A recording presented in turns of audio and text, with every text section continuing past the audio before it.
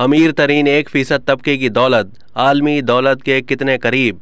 साल 2021 में दुनिया में अमीर तरीन अफराद की तादाद में तेजी से इजाफा हुआ। अमीरों में इजाफे की वजह स्टॉक मंडी और मकानात की कीमतों में इजाफा है। साल 2021 में 52 लाख अफराद लखपति बने, जिनमें निस्फ तादाद अमरीकियों की है।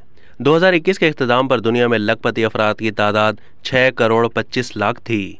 2021 के इख्तिताम पर मजमूई आलमी दौलत 463.6 ट्रिलियन डॉलर्स थी, जिसमें 9.8% इजाफा हुआ है।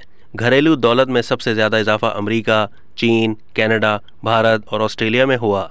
इससे आलमी अदम मसावात की सूरत हाल मजीद अबतर हुई है। कोरोना यूक्रेन जंग के बाइस इस साल अंदाजे से ज्यादातर लोग सतह गुर्बत से नीचे गए।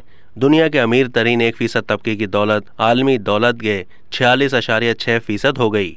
अब तक के लिए इतना ही। मजीद मालूमात के लिए डेली जंग के यूट्यूब चैनल को सब्सक्राइब कीजिए और फेसबुक के पेज को भी लाइक कीजिए।